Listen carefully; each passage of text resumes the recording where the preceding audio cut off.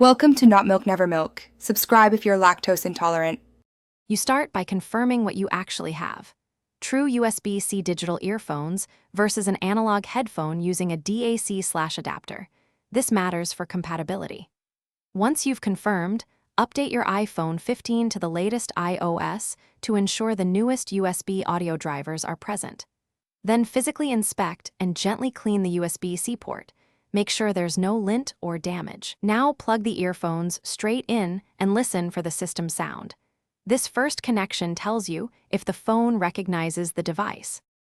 Once the iPhone recognizes the earphones, adjust how audio is handled.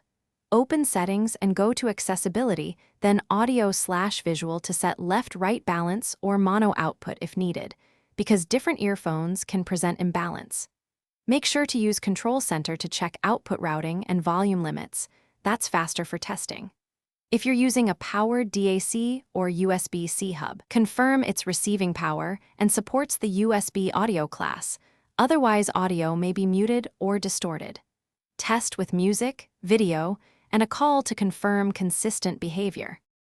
Finish by performing final checks.